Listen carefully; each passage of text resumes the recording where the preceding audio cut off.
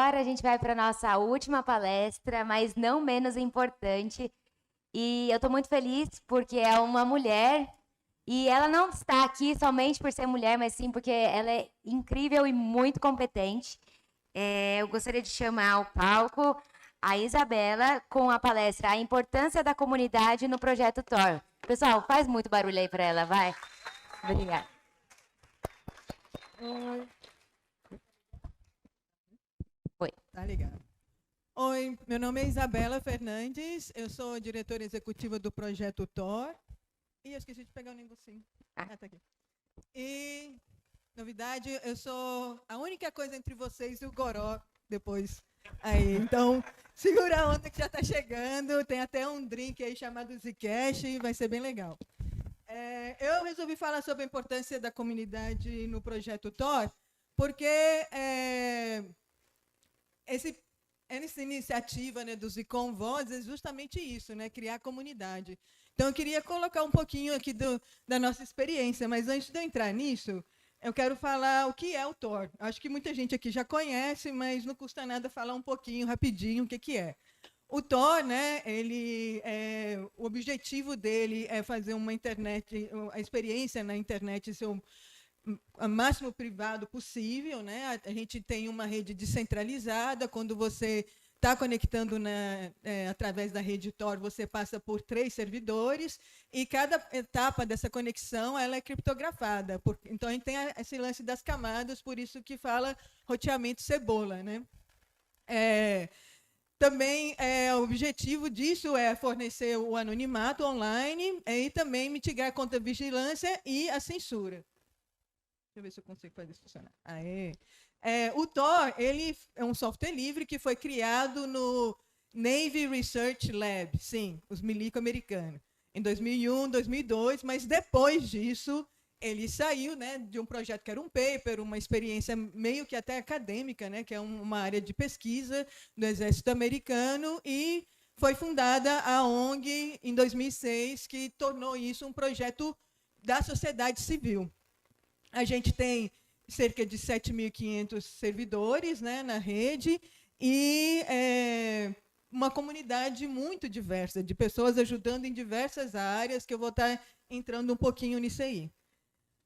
A missão do Thor é promover os direitos humanos e a liberdade através da criação do desenvolvimento de tecnologias livres e abertas para o anonimato e a privacidade, do apoio e a sua disponibilidade gratuita e seu uso ilimitado e da promoção do conhecimento científico e público.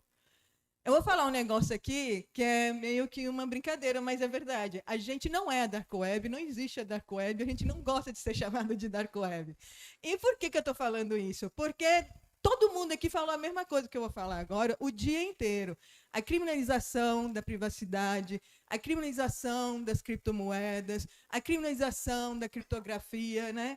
Isso é uma coisa que, quando se refere ao projeto como o Dark Web, está criminalizando um projeto que o objetivo é promover os direitos humanos.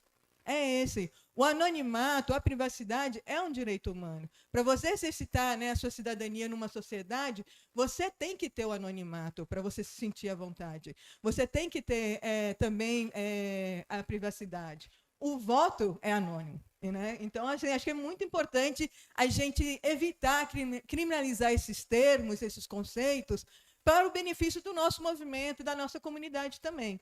Então, eu gosto muito de fazer essa brincadeira de que a gente fala que não existe a Dark Web, justamente para poder, né, quebrar o gelo aí um pouquinho e falar dessa questão de criminalização. Inclusive, né, teve aí o advogado falando sobre o caso do Torneiro Cash. A gente tem aí legislações na Inglaterra, na Europa, tentando criminalizar a criptografia, né? Então, acho que é muito importante a gente evitar termos que contribuem com isso. Então, vamos embora falar da comunidade. Essa bolinha pequenininha aqui é somente a ONG Thor. São cerca de 50 pessoas que trabalham nela. A gente tem um board, né, um conselho administrativo, que são voluntários que participam nele. Aí depois tem uma galera que ajuda, né, são os voluntários que trabalham com tradução, contribuem com código, também pesquisadores, estudantes, treinadores e muito mais. E bola maior, esse círculo maior, né? Que está aí a galera que está rodando os servidores da rede Tor. Também tem mais 50 projetos que são outras organizações desenvolvendo software que são baseados na tecnologia do Tor. E também tem pessoas contribuindo, que é uma contribuição muito legal que eu vou falar, do Snowflake, que estão rodando, são pessoas que contribuem sendo proxy, né, desse transporte, que eu vou estar falando depois, e milhões de usuários. Na verdade, a gente não conta os nossos usuários, que a gente, né, a gente preserva a privacidade do usuário, a gente não traqueia eles, a gente tem uma forma de ter uma estimativa de quantas pessoas estão na rede, conexões estão na rede num certo dia, né? E essa estimativa é entre 2 a 8 milhões, mas a gente não tem uma contagem exata de quantas pessoas usam Tor. Vou começar falando do pessoal que contribui com a rede, rodando o servidor da rede, né? Os operadores e operadoras de relay. Essa galera ajuda, né, a rede ser mais rápida, ajuda a rede ser mais robusta contra ataques, mais estável e mais segura. Quanto maior o número dessa rede descentralizada, mais difícil é conseguir espionar na rede. A gente faz muito trabalho para organizar.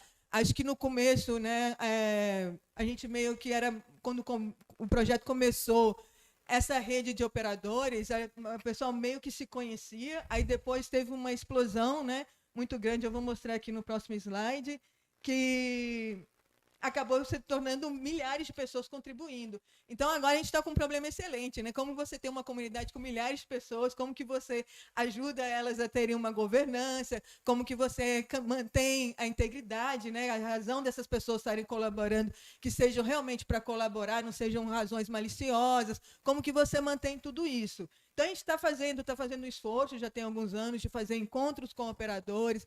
Esse ano, a gente está fazendo várias documentações de governança, que vai passar também, né, para consulta com os operadores, mas um esforço muito grande para retomar essa organização. Aqui tem um pouquinho demonstrando essa história, né, do crescimento dessa comunidade. Do lado aqui são os relays, em azul, os relays públicos, né, que é o node de entrada, o do meio de saída, e o em vermelho são as bridges, que são os não públicos, porque a gente tem... É muito fácil um sensor pegar os IPs dos relay público e bloquear tudo aquilo. Então, a gente tem os não públicos, caso o Tor está censurado, a gente distribui esses relays para as pessoas conectarem na rede. Então, você vê aqui no comecinho, né, 2006, mais ou menos, aqui, na verdade, está começando em 2008, mas... Quando a ONG foi criada, que foi oficializado como software livre, distribuído, e a gente começou a crescer, estava ali mais ou menos no 1.000, né? Começou ali em 2008, tinha 1.000. Aí você pode ver ali um aumento enorme em 2013. Acho que todo mundo sabe aqui o que aconteceu em 2013, né? O Snowden revelou um sistema de vigilância massiva mundial. Então, as pessoas tiveram uma consciência muito grande da importância de se proteger na internet e começaram a contribuir com o projeto Tor. Tem umas falhas no gráfico aí, não fiquem assustados, é que o pipeline de métricas, às vezes, dá uns pau e fica essas falhas no gráfico. Do lado de cá, a gente tem a banda disponível, que está em vermelho, e a banda utilizada na rede.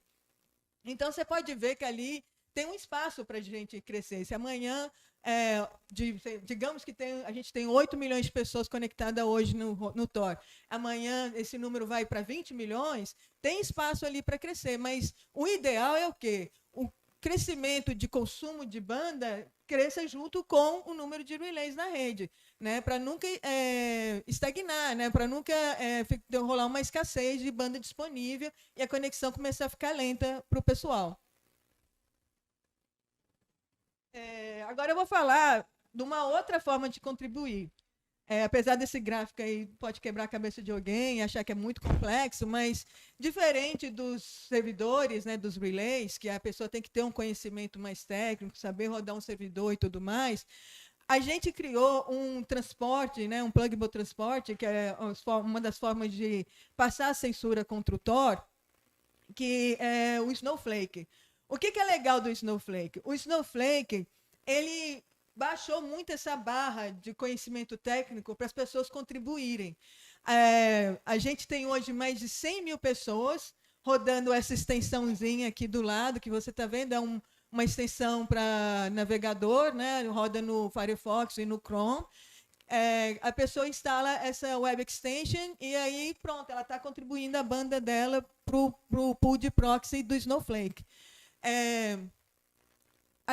Quando você está vendo, quando a gente tem mais de 100 mil pessoas contribuindo com o Snowflake e 7 mil contribuindo com a Redditor. Quando você abaixa, né, essa barra técnica, as pessoas ajudam mais, né? Fica mais fácil para as pessoas colaborarem.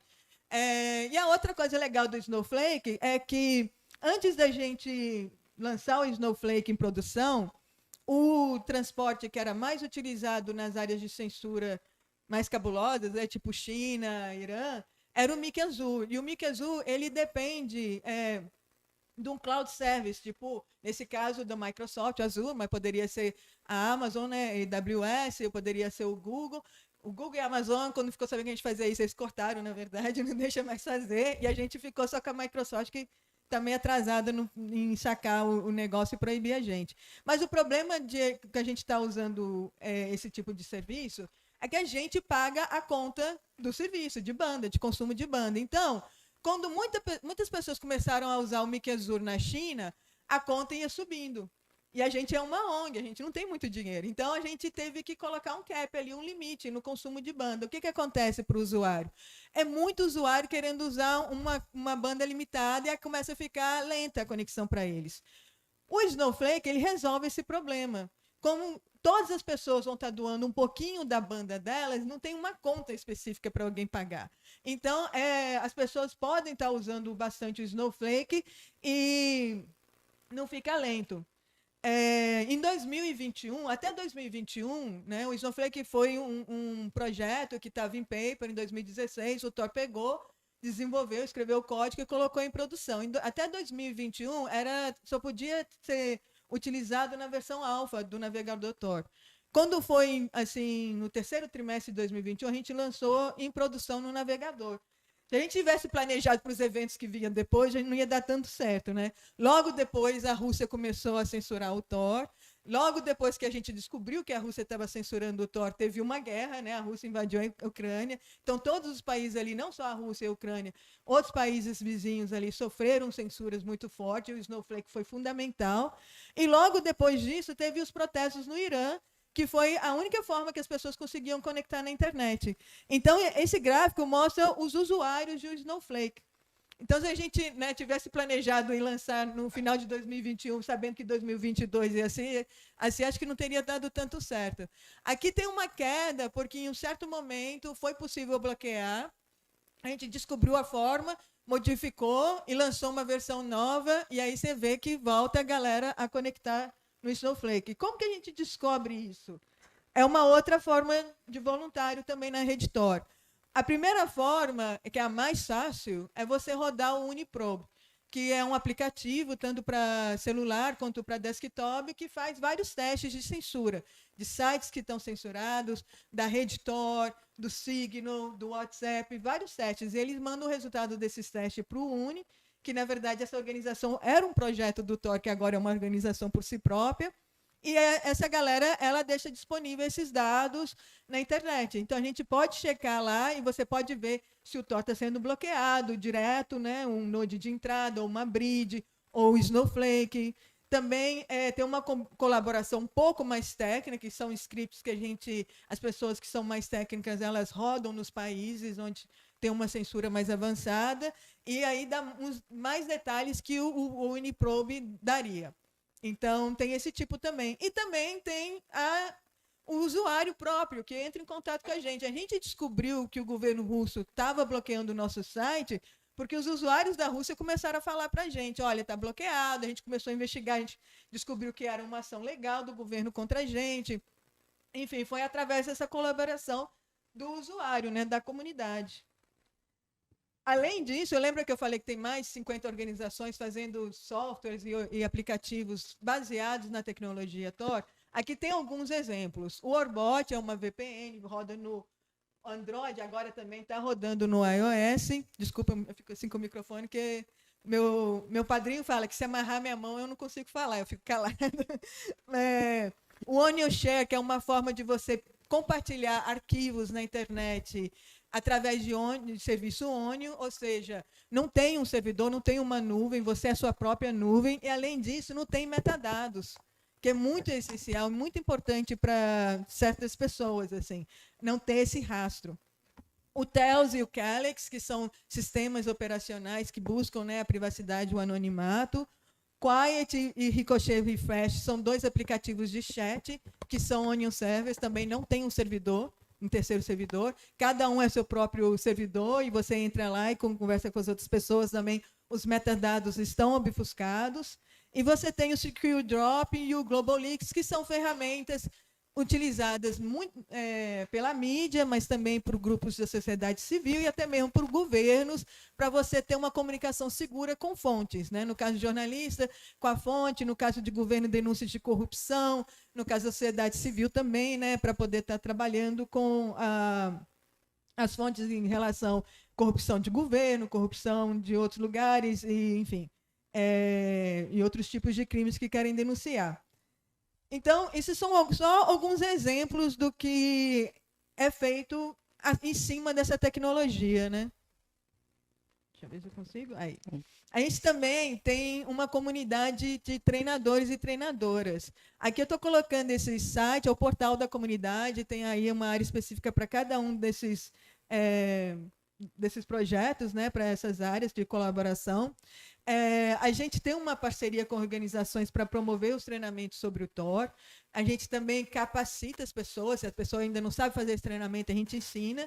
E a gente mantém os materiais, tudo atualizado. O Tor, né, a interface do navegador está sempre mudando, está evoluindo. Então, a gente está sempre atualizando esse material e disponibilizando para as pessoas também. Tem uma comunidade que traduz esse material. E por que a gente começou a investir muito nisso? Porque isso começou em 2017. Deixa eu ver se eu consigo passar. Em 2017, a gente teve uma estratégia para o Sul Global. A gente começou a investir na comunidade no Sul Global. Então, a gente começou a viajar para os países, fazer contato com organizações de direitos humanos, jornalistas, né, investigativos, organizações que trabalham com comunidades em risco. E a gente começou a fazer esse treinamento e fazer essa parceria. Hoje em dia, a gente não necessariamente está viajando para poder fazer o treinamento. A gente dá um apoio ainda, às vezes vai, encontra com a organização, mas muitas vezes a organização está fazendo isso por conta própria. A gente dá uma ajuda financeira para estar fazendo, e são elas que estão fazendo esse trabalho. São comunidades na América Latina, na África, em certas partes da Ásia também. E o que a gente fez? A gente combinou essa parte de educação e treinamento com a parte de pesquisa de experiência de usuário. Porque a gente não coleta dados dos usuários. Então, como a gente vai saber se o que a gente está construindo funciona para a pessoa ou não? A gente vai lá, encontra com o usuário e conversa com ele. Então, a gente começou, no começo desse projeto, 2017, a gente tinha uma pesquisadora que ia junto com o treinador e fazia essa pesquisa. Depois, a gente começou a ensinar as organizações a estarem conduzindo a pesquisa para a gente, mandando o resultado. A gente também criou uma comunidade de alpha testers, que você baixa a versão alfa do navegador Tor, e a gente passa os testes, assim, olha, esse aqui é um feature novo, a gente gostaria que você testasse como que você pode relatar um problema que você encontrou de volta para a gente. Então, a gente combinou educação com essa conversa de aprender também com o usuário o que está dando certo, o que está dando errado. E criou essa parte também da comunidade, né? Passei demais. Já como eu falei, a gente também tem gente que contribui com tradução. Tradução é essencial. Se você quer criar uma comunidade em qualquer parte do mundo, tem que estar no idioma daquela comunidade.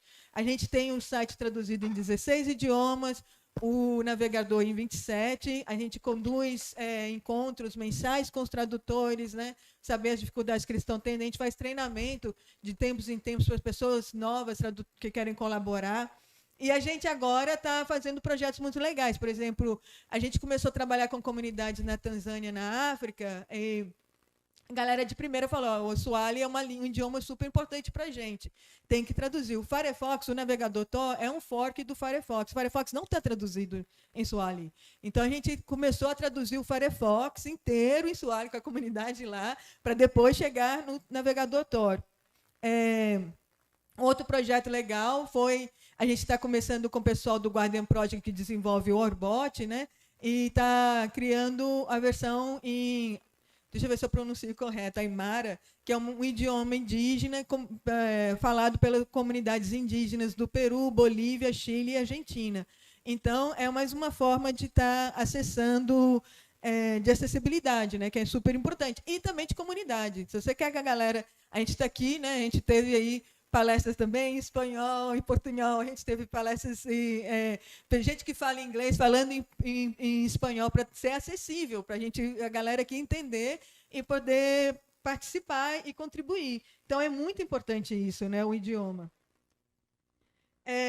A gente também tem uma parte dedicada à divulgação e educação diferente do treinamento, tá? Aqui, materiais, a gente tem, por exemplo, um fanzine que você pode baixar e colocar numa mesinha, assim, num evento que você está fazendo, ou levar na escola, distribuir. A gente tem campanhas que as pessoas contribuem também. E a gente também...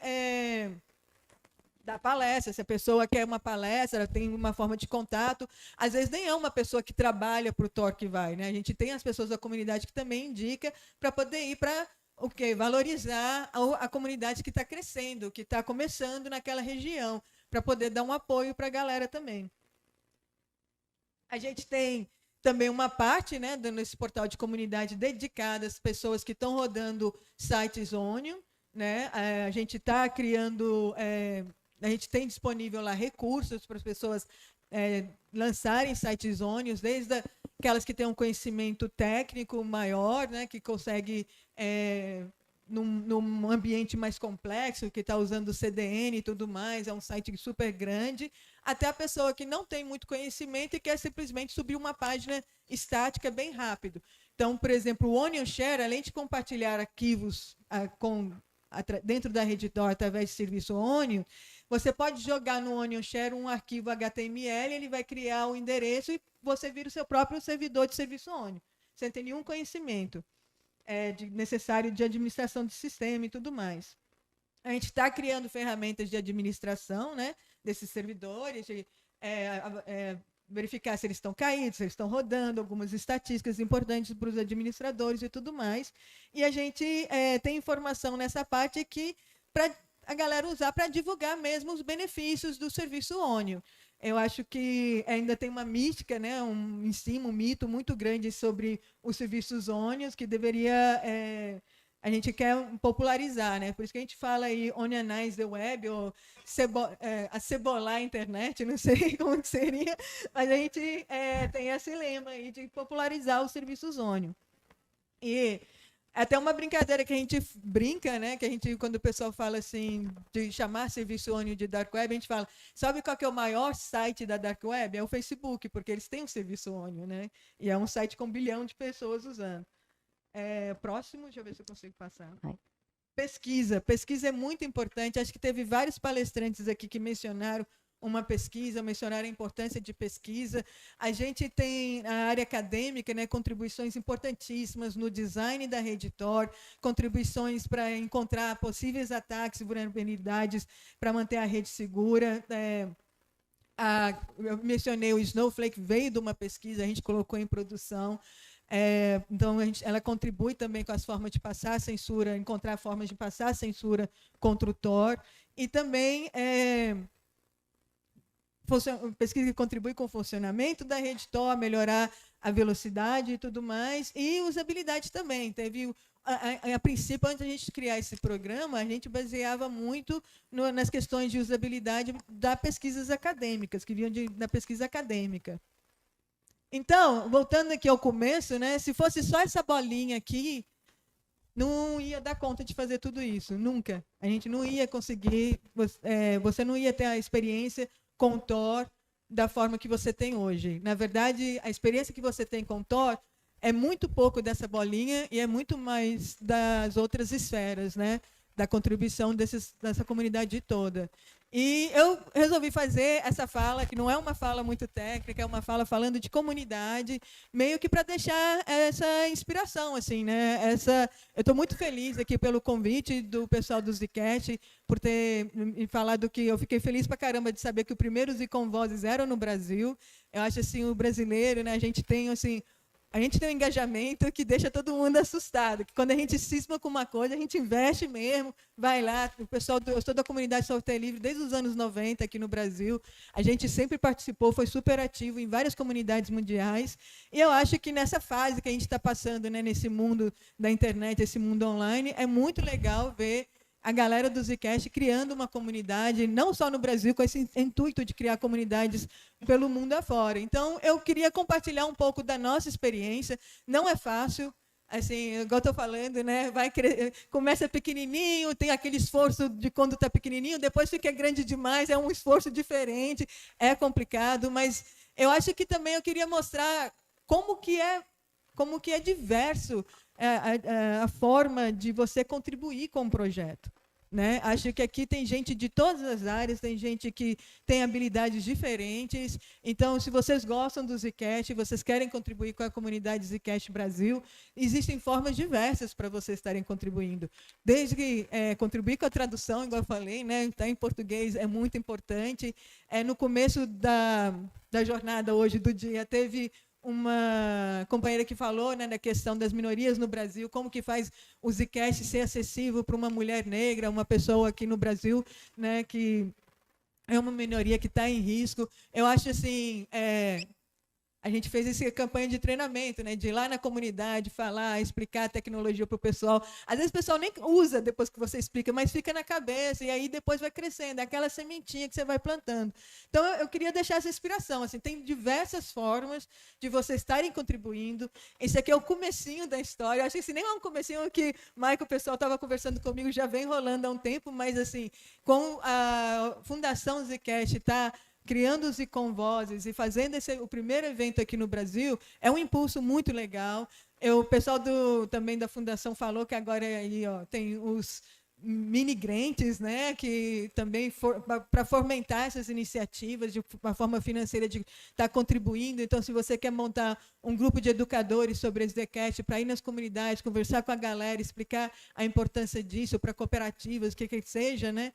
Está aí um ótimo incentivo da Fundação para poder estar fazendo isso. E esse foi o meu intento com essa conversa de hoje. É mostrar um projeto parecido, com uma missão parecida, como que a gente está fazendo, e tentar colocar um pouquinho de sementinha aí na cabeça da galera do Brasil para poder crescer essa comunidade do Zcast no Brasil. E é isso, gente. Muito obrigada. Eu falei que ia ser bom, né? Valeu a pena esperar até o final. Acho que não podia encerrar de um jeito melhor. Então, agora eu vou abrir para perguntas. E vamos lá. Aqui, D, on the left hand.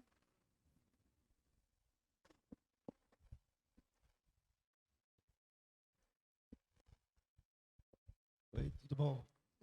Eu trabalho num projeto similar ao Thor, né? A gente tem muita inspiração, a gente gosta muito do Thor, né? Que a gente tem o mesmo intuito, né? Assim, de democratizar essa situação, assim, para as pessoas poderem participar e tal. Mas a gente tem, além de um pouco de diferença também na parte de criptografia, a gente tem uma diferença também que a nossa rede ela tem incentivo. Eu acho que a do Thor, eu não sei se tem ou se não tem especificamente, mas a vibe geral é mais o voluntariado, assim, né, para participar. Então, tendo isso em vista que tem várias formas de engajar ou não a comunidade, qual o desafio que você encontra mais quando você se depara com qualquer pessoa que você tenha a oportunidade de explicar como é que funciona isso ou para que serve? Qual é a maior barreira mental, digamos assim, cultural que você enfrenta na hora de explicar isso, das pessoas entenderem ou não, ou se interessarem ou não? Eu vou responder essa pergunta em duas partes, né? A primeira parte do incentivo. Eu acho que o incentivo maior na questão do Thor é que o pessoal acaba querendo realmente ajudar a missão que é avançar os direitos humanos pelo mundo afora. Então, por exemplo, quando a gente baixou a barra da conhecimento tecnológico para colaborar, que é o caso do Snowflake, você vê aí 100 mil pessoas colaborando, contribuindo com um pouquinho da sua banda, né? Então, é isso, é ver que o pau está quebrando, tem que fazer algo e tem que ajudar. Então, é meio isso, o incentivo. Mas não quer dizer que a gente não pense em outras coisas. Por exemplo, tem muita conversa interna, e, gente, isso aqui é coisa para daqui a 5 anos, não sei, mas a gente... Né, o pessoal conversou muito aí das comunidades Down e tudo mais, essa questão da distribuição de... a forma de governança e distribuição de recursos, né? Então, eu venho conversei já com o pessoal do Gitcoin sobre essas ideias, assim, muito por alto, porque é muito complexo ainda, né? Como que você faz isso com a comunidade de Relay do Tor. Mas a gente pensa mais no plano de sustentabilidade do que, vai ficar rico fazendo isso, sabe? É tipo assim, como é que a gente faz para ajudar a galera a pagar a conta no final do mês, assim, desse servidor que elas estão colaborando? E como que essa decisão poxa, primeiro, de onde vai vir esse dinheiro? Segundo, como que você vai distribuir esse dinheiro? Como que você democratiza essa decisão para a governança da comunidade de operadores? Então, são perguntas que estão ainda no ar, mas que a gente está de olho nas experiências, está de olho nos DAOs, está de olho no Gitcoin, está de olho no que o pessoal está fazendo para, eventualmente, tentar chegar aí. Mas a gente está muito longe disso, por enquanto. Então, é só essa questão de querer ajudar mesmo nesse lado. Agora, a outra parte, né, da sua pergunta em questão de como que você chega e tenta explicar essa questão para as pessoas e fazer com que a pessoa entenda da importância desse projeto, eu acho que depende muito do contexto de com quem que você está conversando. Por exemplo, se eu estou conversando com uma comunidade num país onde ser da comunidade LGBTQ é ilegal, e aí você vira e fala assim, a importância do anonimato na internet, a pessoa entende em 2 segundos. Que ela sabe que ela pode ser perseguida se ela procurar uma comunidade, ainda mais um adolescente que está, né, descobrindo sua sexualidade, quer mais informação, pode ser perseguido. Então, ali a pessoa entende em 2 segundos. Se eu estou conversando com uma pessoa num contexto mais democrático, digamos nos Estados Unidos, né, depende também do grupo. Porque se eu estou conversando com uma pessoa nos Estados Unidos de um certo grupo, ela vai se preocupar mais com o capitalismo da vigilância, que está, né, as propagandas que está me seguindo, que é um saco. E a gente tem depoimentos anônimos, por exemplo, de um pai que fala que ele usa o Tor com os filhos dele, porque ele quer que os filhos dele possam usar a internet sem a internet saber o que eles estão fazendo, para proteger os filhos mesmo, né? Agora, se eu vou falar com uma pessoa que está, por exemplo, agora, nesse instante, nos Estados Unidos, que precisa de um aborto, que agora ficou ilegal e está tendo uma perseguição grande, ela vai entender nesse contexto. Então, acho assim, depende do contexto que a pessoa está, que você tem que entender a necessidade que ela tem. Tem gente que chega até a falar assim, nada disso eu me importo. Aí eu falo assim, se você não se importa, roda mesmo assim, sabe por quê? Anonimato adora companhia.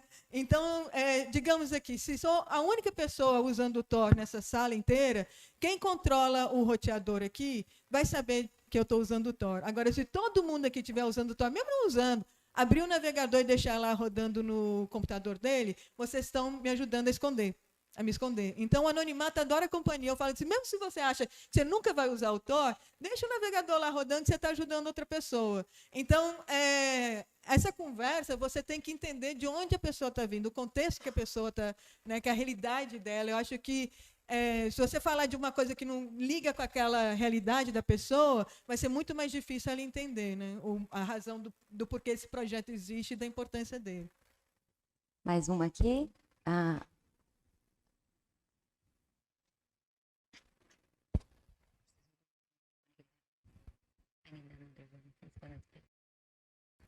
Obrigada. Olá, Isabela. Então, eu não conheço o Tor, eu nunca mexi, para mim é o meu primeiro contato que eu estou tendo, inclusive achei muito interessante. E eu quero saber como que, assim, uma pergunta bem leiga, tá? Como que é uma extensão que eu vou colocar em qualquer dos meus navegadores. O Google parece que não funciona, ou funciona? Então, não. Para você usar o Tor, você baixa o navegador, que é muito parecido com o Firefox. Esse navegador vai conectar na nossa rede.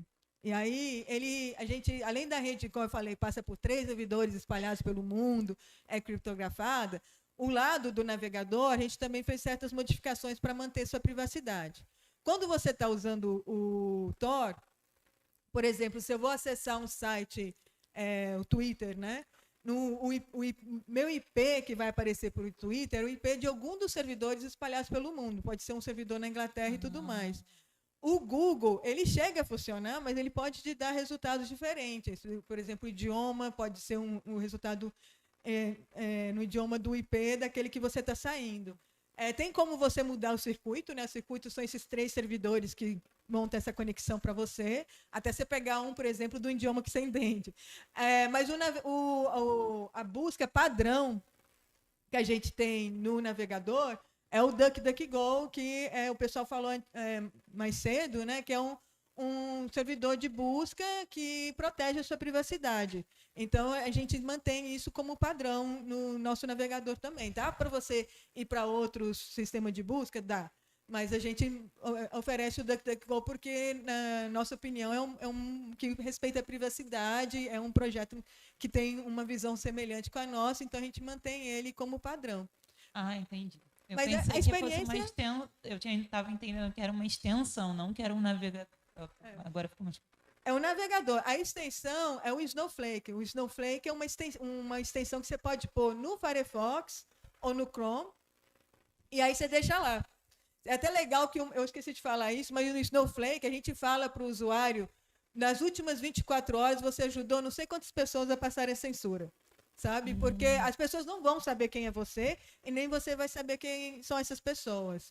É tudo protegido certinho. Mas o legal é que dá esse feedback para quem está contribuindo. Tipo, poxa, uma vez eu olhei e tinha 35 pessoas. Eu falei, nossa, 35, sabe? Dá um feedback legal, assim. Então, são 2 coisas. É que eu falei muito rápido também, dá para confundir. Mas a extensão é uma forma de você colaborar com a rede, passar censura, né, contra a nossa rede, e o navegador é a forma de você usar o Tor, de você acessar a internet de forma anônima e privada. Só mais uma pergunta, posso? Bom. Uma dúvida que eu tenho é que eu estou começando a entender os benefícios da privacidade. Aqui, durante o dia, foi muito legal, porque abordaram vários pontos interessantes que eu não tinha nem olhado para tantos deles, né? Só que ainda me preocupa a questão das coisas ilegais, né? Como que não tem como evitar, né? É algo que não tem como evitar. Qual é a posição de vocês quanto a isso? Então, eu acho que é o seguinte... Pensamento. As questões, né, desses tipos de tecnologias serem utilizadas para coisas ilegais, o problema não é a tecnologia. É muito mais complexo que isso. É um problema de uma sociedade inteira, entendeu? Então, tipo assim, você querer proibir a criptografia porque tem a questão do abuso, né, de crianças, da pornografia, de abuso de crianças ocorrendo no sistema de WhatsApp ou no Signal, você ignorar que isso, você pode dar um rolê aqui na praia do Rio de Janeiro, você vai ver um negócio desse acontecendo, entendeu? Dos turistas que vêm aí e tudo mais. Então, é você ignorar que é um problema muito mais complexo da sociedade. Eu acho muito boa essa pergunta, porque eu sempre coloco nisso, assim, uma vez eu estava lendo um site de policiais americanos, eles falando de um treinamento que eles fizeram sobre o Tor, e eles falaram que a melhor forma de combater crime que usa o Tor como é que fala? Eu ia falar em inglês, old school, assim, o estilo antigo de polícia, de trabalho de polícia, que é você estar investigando, colhendo informações, infiltrando certos grupos, entendeu? Não necessariamente tentar quebrar a rede Tor. E eu acho que vai muito nisso, assim, eu acho que, infelizmente, tanto a parte da legislação, né, as pessoas que criam as leis, tanto quanto as autoridades, né, a polícia e tudo mais, eles tentam sempre buscar a solução mais fácil, entendeu? Que vai fazer o trabalho deles de uma forma mais fácil, sem pensar nas consequências daquilo. E aí, por isso que eu fiz a minha brincadeira no começo da minha fala, porque a gente está passando num momento aonde essa busca por uma solução fácil, porque não vai ter uma bala, uma mágica que vai resolver esse tipo de crime no mundo. Se você acabar com a criptografia, você não vai acabar com crime no mundo, entendeu? Essas soluções fáceis né, que eles estão buscando, elas acabam realmente prejudicando a sociedade. Por exemplo, recentemente saiu uma pesquisa na União Europeia, onde adolescentes entre 13 e 17 anos não querem de jeito nenhum que a criptografia seja quebrada, entendeu? E elas falaram, tipo, eu sou ativista, entendeu? Não, tem gente que está num lar que não é um lar seguro, e que, às vezes, o interesse, né, diversos que a pessoa tem, pode ser de religião, pode ser de sexualidade, que seja, é oprimido dentro daquele lar. Então, os adolescentes falam, a gente não quer isso, não é? A gente vai colocar muitas pessoas nessa faixa etária em perigo, ao invés de estar protegendo. Eu acho que, infelizmente, está indo nessa busca de uma solução mágica, que, para mim, é mais uma solução preguiçosa, entendeu? Porque você querer resolver o problema de verdade, você tem muitas outras questões na sociedade que levam a esse problema. E o investimento tem que ser muito maior para realmente combater isso, entendeu? E tem outras questões, assim, né? Tem um debate de legalização de certas drogas, tem todas outras questões da sociedade em torno, né, do que é legal, do que é ilegal. E o contexto de que é legal e é legal também muda constantemente. Por exemplo, o exemplo que eu dei nos Estados Unidos, até certo ponto, o aborto era legalizado nos Estados Unidos, hoje em dia já não é mais. Então, um grupo de uma população inteira se tornou possíveis atores de crimes. E estão buscando essa tecnologia para estarem se protegendo. Em certos países, né, certas falas são ilegais. Então, a pessoa, para ter o direito de fala, ela busca esse tipo de tecnologia. Então, eu acho assim, simplesmente achar que... Lógico que tem crimes muito mais terríveis, né? Eu estou falando de crimes que são criminalização de direitos humanos, né? Que eu estou falando aqui, mas tem crimes reais, né? Assassino por aluguel e tudo mais, que são horríveis, que tem que ser combatidos, mas eu acho que achar que acabar com a criptografia, o anonimato, a privacidade vai resolver isso é uma mentira muito grande, né? E não só esses crimes existem no mundo porque essas tecnologias foram criadas. Isso também é outra mentira muito grande. Ou seja, mentiras para pessoas preguiçosas que querem uma solução fácil. Gente, muito obrigada. Obrigada, Isabela. Um show, né? Agora eu vou chamar o Michael, a gente vai fazer o encerramento. E é isso. Primeiramente, Isabela, muito obrigado pelas palavras. Eu acho que o Thor, né, e aí o Brasil agradece você estar nesse projeto aí que é tão grande e tem tanto valor para a gente que preserva a privacidade. E sim, espero que isso se valorize cada vez mais. Então, acho que o Brasil tem que agradecer, né, você por estar nesse projeto. Bom, queria agradecer imensamente. Chegamos ao final da primeira Zicom Vozes Brasil.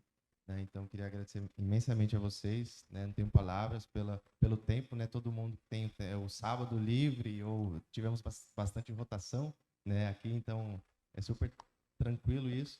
E é isso, eu agradeço a todos que ficaram aqui até o final. Teremos um POAP, teremos coquetel, open bar ali para desfrutar desse momento, agradecendo, né, a vocês. Podemos fazer network, conversar, tirar fotos também. E é isso. Eu acho que tem só agradecer. Obrigada, gente. Então, no mesmo lugar que a gente teve o almoço, a gente vai ter um coquetel e também open bar. Obrigada. Opa, acho que... esse evento foi feito mesmo com muito carinho. Agora deu ruim, então tá bom. Esse evento foi feito com muito carinho para vocês. Eu espero mesmo de coração que vocês tiverem a chance de aproveitar. E agora é a hora de vocês criarem network, de vocês conversarem. O bom de ser um evento não tão grande é que dá pra gente conversar mais. Quando a gente às vezes tem um evento de 300 pessoas, acaba que a gente fica um pouco espalhado. Então aproveita a Isabela, aproveita o Sebastião, aproveita todo mundo aqui, pra gente mudar, a gente crescer juntos. Agradecer a todos, o pessoal ali do vídeo. Que ficaram, a WAC aí, né? A todo mundo que os fornecedores. Foi voluntário, que ajudou também, né, a gente executar esse projeto. Ambicioso, né, o primeiro, então acredito que, né, a gente tem que aprender, né, com o que aconteceu hoje e evoluir cada vez mais. Acho que esse é o caminho. E E se não for incômodo, eu ia pedir pra vocês virem aqui pra gente Aqui tirar na uma frente foto. pra gente tirar uma foto. Todos. Obrigado.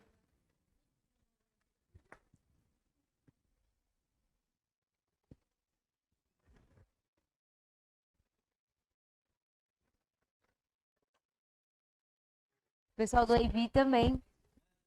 Everybody from the AV. Ah, ok.